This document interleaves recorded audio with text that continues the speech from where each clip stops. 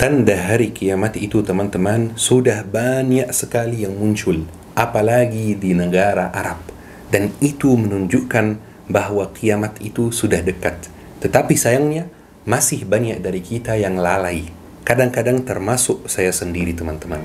Hari ini di kajian singkat ini saya, Syekh Muhammad Al-Fuli, akan menjelaskan 3 tanda hari kiamat yang sudah muncul di negara Arab. Sebelum kita membahas soal tanda hari kiamat itu, kita harus sepakat dulu bahwa tidak semua tanda hari kiamat itu bersifat positif atau negatif. Jadi tidak semua tanda hari kiamat itu buruk. Tanda hari kiamat itu fungsinya adalah kita diberitahu bahwa kiamat itu sudah dekat. Belum tentu tandanya sendiri negatif, belum tentu positif juga. Bisa jadi negatif, bisa jadi positif. Ana kasih contoh teman-teman. Salah satu tanda hari kiamat yang disebutkan dalam hadis sahih Rasulullah bahwa an tusharikal mar'ah zawjuha tijara. Istri ikut membantu suaminya dalam soal perdagangan. Taib, itu hal yang tidak negatif. Tidak ada larangan atas istri untuk membantu suaminya jual beli, ya. Walaupun ini termasuk tanda hari kiamat, tetapi tidak bersifat negatif.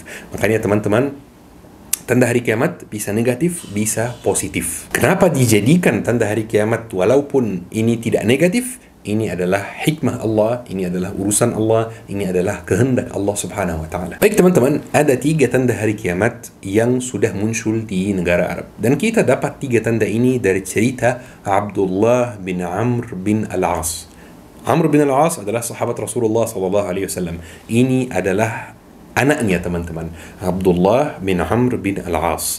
Dengar teman-teman 3 tanda ini karena pasti akan bikin teman-teman merinding. Sebagaimana saya jujur ya, agak khawatir ketika saya menyampaikan ceritanya. Jadi teman-teman, ada seorang namanya Atha, dia itu yang menceritakan cerita tersebut melalui Abdullah bin Amr bin Al-As. Atha itu suatu hari membantu Abdullah bin Amr bin Al-As untuk membawa untanya. Kemudian tiba-tiba Abdullah mengatakan seperti ini teman-teman. Perhatikan kalimatnya. Kaifa antum idza hadamtumul bait falam tada'u hajaran ala hajar.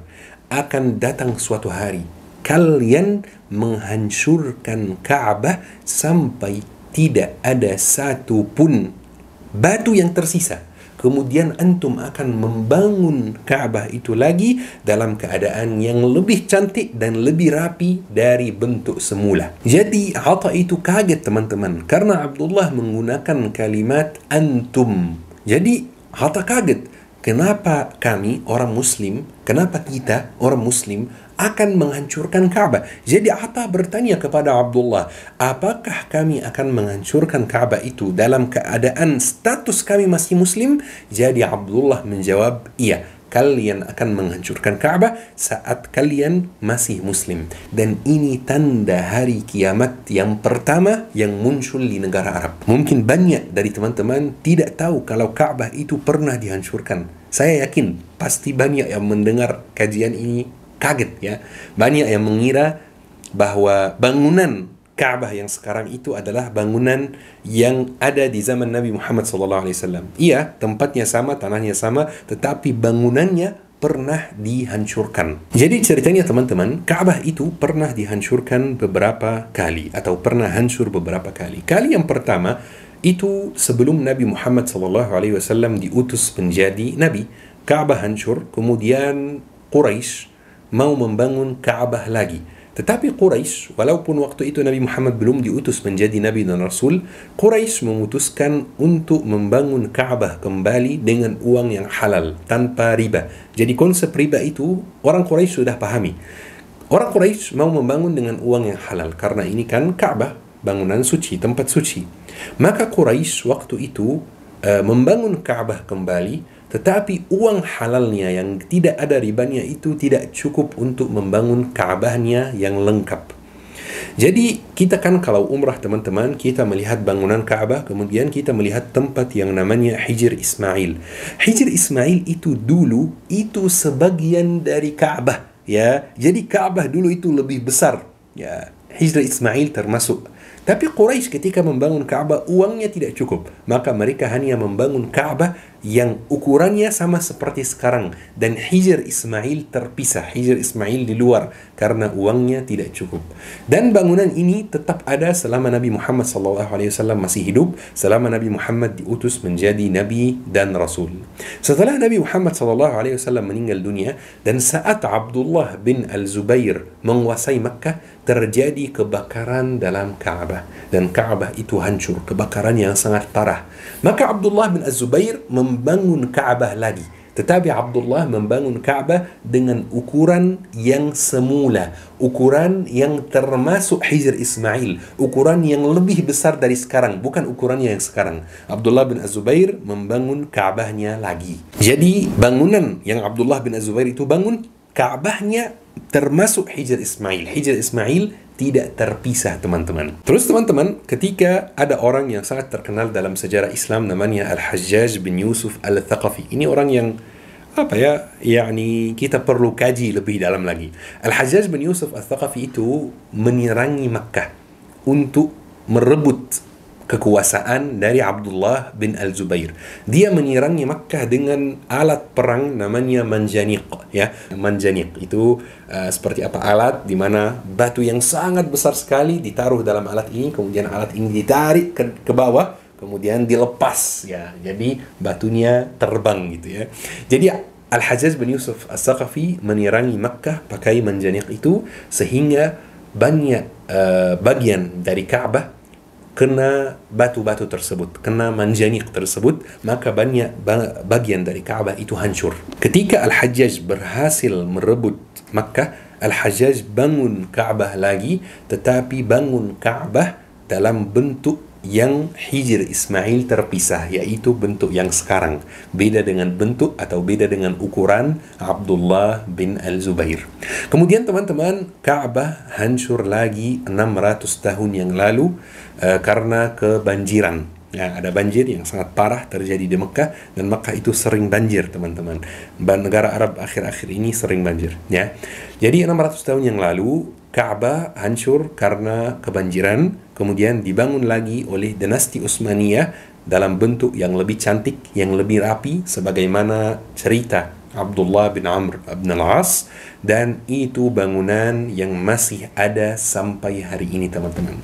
Maka ini tanda pertama yang sudah muncul, hancurnya Ka'bah, teman-teman. Hancurnya Ka'bah, kemudian dibangun lagi dalam bentuk yang lebih cantik dan lebih rapi. Kemudian teman-teman, Abdullah bin Amr bin Al-As lanjut ceritanya tentang tanda-tanda hari kiamat yang akan terjadi di Arab.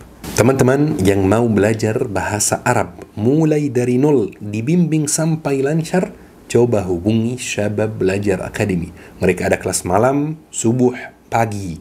Mudah-mudahan bermanfaat insyaAllah. Abdullah mengatakan, فَإِذَا رَأَيْتَ مَكَّةَ قَدْ بُعِجَتْ كَظَائِمُ, dan kamu akan melihat Makkah dipenuhi tanah bawahnya itu dengan sumur-sumur yang panjang yang tersambung. Jadi ceritanya teman-teman, di zaman Abdullah bin Amr bin Al-As dan di zaman Rasulullah, di Makkah itu ada banyak sumur supaya orang bisa minum air. Tetapi sumurnya terpisah. Seperti di Indonesia, di kita teman-teman, sumur-sumur itu sebenarnya terpisah. Jadi kalau beda dengan PLN, ya, kalau ada yang punya sumur di rumahnya itu terpisah dengan sumur tetangganya, terpisah dengan sumur yang di kelurahan sebelah misalnya, ya. Dulu Makkah seperti itu juga. Tetapi di dinasti Abbasiyah, teman-teman, dinasti Abbasiyah buat proyek baru, yaitu menghubungkan semua sumur yang ada di Makkah dari bawah tanah. Di zaman Rasulullah itu nggak ada. Di zaman Abdullah bin Amr bin Al-As, ketika cerita tersebut itu nggak ada. Tetapi itu terjadi di dinasti Abbasiyah, teman-teman, sampai hari ini, teman-teman. Dan ini tanda kedua yang sudah muncul di negara Arab. Kemudian Abdullah melanjutkan tanda ketiga, وَرَأَيْتَ الْبِنَاءَ يَعْلُو رُؤُوسَ الْجِبَالِ فَاعْلَمْ أَنَّ الْأَمْرَ قَدْ أَظَلَّكَ, dan bangunan-bangunan akan lebih tinggi dari puncak gunung. Wah, teman-teman, ini yang lagi terjadi sekarang, teman-teman. Gedung pencakar langit. Sekarang ada dua gunung yang sangat terkenal di Makkah yang biasanya disebut Al-Akhshabain, teman-teman. Salah satunya adalah Abi Qubais. Abi Qubais itu tingginya sekitar 420 meter.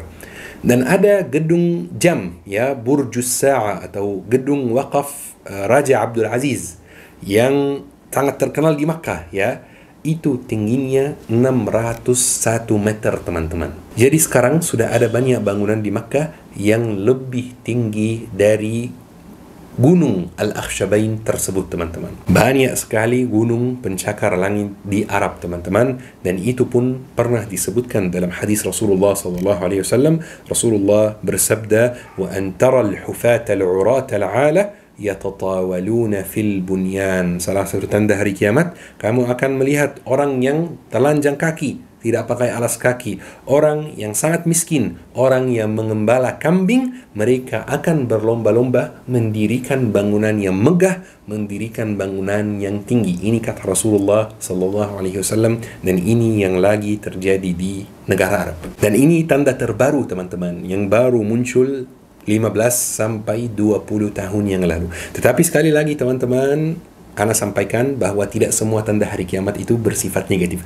Jadi jangan ada yang sampaikan, wah kalau gitu kenapa orang sana itu terus membangun gedung pencakar langit? Kan ini tanda hari kiamat. Iya, memang tanda hari kiamat. Tetapi tidak semua tanda hari kiamat bersifat negatif, ya. Jadi tidak ada larangan untuk membangun bangunan tinggi. Ini cuma tanda yang Allah Subhanahu wa taala takdirkan agar tanda ini menjadi petunjuk atau fungsinya adalah menunjukkan bahwa kiamat itu sudah dekat. Kemudian, teman-teman, Abdullah bin Amr bin Al-As menutup pembicaraannya, menutup ceritanya dengan kalimat yang sangat sederhana, yang sangat menyentuh hati, yaitu khudh hadarak, waspadalah. Waspada karena kiamat sudah dekat. Waspada karena dunia tidak akan lama lagi, teman-teman. Sudah jelas, teman-teman, bahwa kita ini sudah di akhir zaman. Sampai kapan kita akan lalai?